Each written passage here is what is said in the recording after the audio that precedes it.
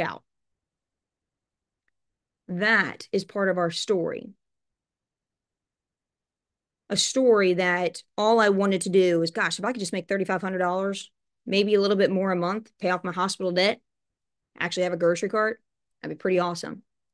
Now to making that and more in a day, just about 5 years that it actually took me to do that. The hard lessons in the story that I've had to endure. I didn't want to learn a lot of these. I think sometimes it's almost like we overestimate hard, don't we? But then when it comes on our plate, it's like, holy sugar nuts, did we underestimate that sucker and how hard it really is? And I get it. A lot of us, we're going through the hard right now. We're coming out of the hard. We're walking into it, whatever it is. We're always going to have this hard process. And look what we've been able to develop when it comes to systems, when it comes to programs, apps, websites, training modules, events, traditions that were never even existed before. Shoot, Joe Betterman naming his app after an idea that I had. And I said, why don't you call it NESP 360? And he's like, that's a great idea. And I was like, cool, do it. What about us pioneering the iPad in 2017? We pioneered social media, you guys. Remember the hashtag NESP Nation? Remember what we do matters? Who do you think, what team did that slogan come from? The Dreammakers team. You guys. That's where it came from. And I want you to write this down. You don't see things the way they are. You see things the way you are. You don't see things the way they are. You see things the way you are, the way your heart is. And this all boils down to, what is your company's brand? Sales managers and above. What's your company's brand?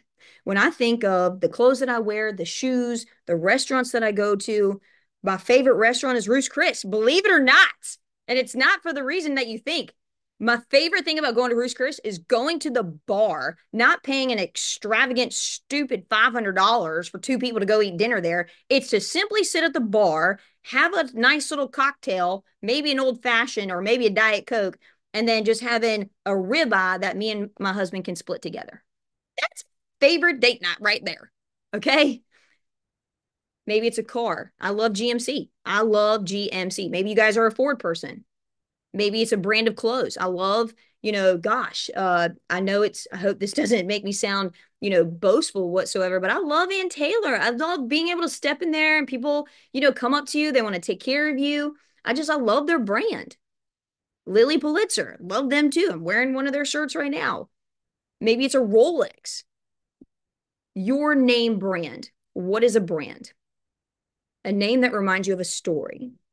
You see, I just took you on a story of the Dreammakers team, and I feel like we're just getting started.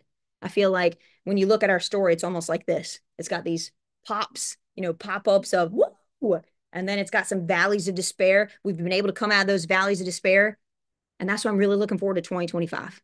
I can't wait to unveil to you guys what the one word is going to be for 2025. It actually came to Dustin. I'll tell you about that at the Christmas party. But what is a brand? A name that reminds you of a story. A desirable brand reminds you of a story you'd like to see yourself in. So when you desire to wear a, Banana Republic, or to drive in a Ford car, or maybe, GMC, whatever it might be, that's a desirable brand that reminds you of a story that you want to be a part of, that you see yourself in. But what's the difference with a premium brand? A premium brand like a Gucci, like a Rolex, reminds you of a story you'd be willing to pay a lot of money to see yourself in. This story of how I got this Rolex, I will never forget. The story of how I got this ring at Perry's Emporium, I will never, ever forget. Why do we wear or drive designer and name brand items?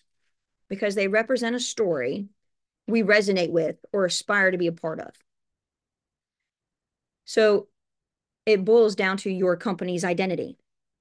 And what does your company, your agency, the Chuka Houghton agency, the Shelton agency. I think, Jennifer's got a really cool slogan, like the 6-figure empire or something like that, 6-figure broker empire. And it's like, man, that's cool. Do we resonate with that? Is that our identity? Yeah. Your company's brand is your identity. It symbolizes identity that we project to others. So how are you building your personal and professional brand that reflects your company's identity? Everything you do and say contributes to your brand. Everything. The way I am as a mother, the way that I, serve others, the way that I don't serve others, the things that even when it comes to behind the scenes, that's really your company's identity is what you do behind the scenes. How you treat people shapes your brand, whether it's intentional or unintentional. Your brand is built every single moment. It's built every single moment through your actions, your attitude, and your presence. Everything that you do. Can you have a bad day? Yeah. But even having a bad day, understand that you're still operating out of that company's identity because this is who you are. The key question here is for reflection. In other words, what story is your brand telling right now? Can you reflect on that? Can you write it down? Have you ever written it down? What is our story? What's our company story?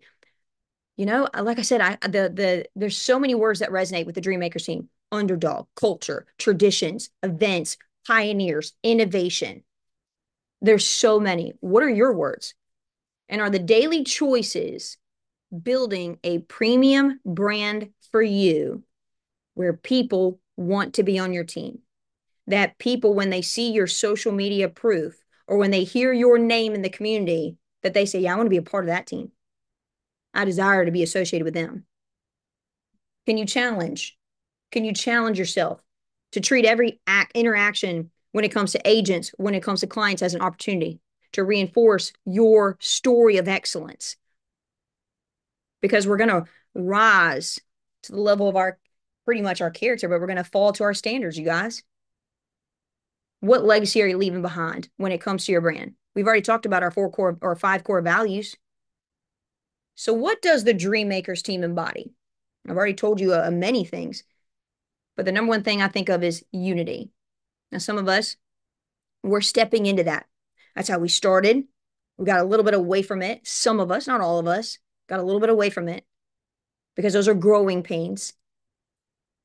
We got to come back to that because that's our company's brand.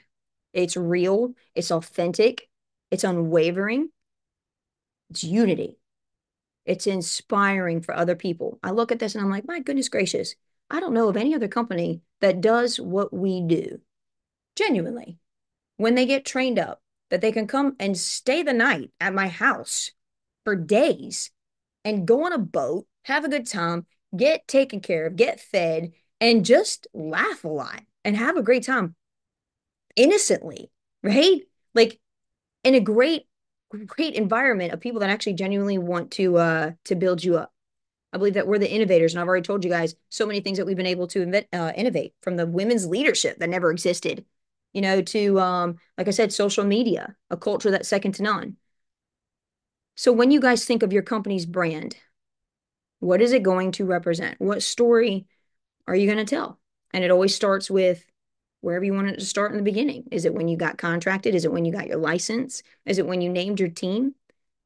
This is us. I know that we said, what we do matters. And then I just kept thinking to myself, like, gosh, what really is that next slogan? And then I just kept saying, this is us. This is us. This is who we are. That was like 2022, maybe a little bit of 2023. And then you're going to hear a little bit about 2025 and again, what that word's going to be. But I just want to challenge you folks to think a little bit differently about your company's brand. What are your non-negotiables? What are you willing to tolerate as you go into this 2025? I'm starting this now in November so that you can already start thinking about it, because once January comes and you haven't thought about and you've not written things down, you're already behind. And then you feel behind, and then you lose self-esteem, then you lose self-respect, and we don't want that. We want you guys to have these moments in the morning, maybe when you're drinking some coffee, where you're like, this is what I want. This is my focus in 2025. And then tell the world what your focus is. Don't be afraid of it. Don't hide it. Don't shelter it because you're afraid of what other people are going to think. No, let us come alongside you. I remember Adrienne, she was like, I just want to write. I just want to write. I just love to write. And then, what a lot of you don't know is that she helps me so much in so many writing things. She's passionate about it. So much better than ChatGPT. Thank you, Adrienne, for that. But folks, let's build up these moments where when people come inside our presence, inside our agency, they really feel empowered, they feel inspired, that they know that they're a part of the best team on the entire planet. You give that experience. Guys, I'll see you guys on the 8:30 a.m. call. Appreciate y'all big time. And looking forward to our next call.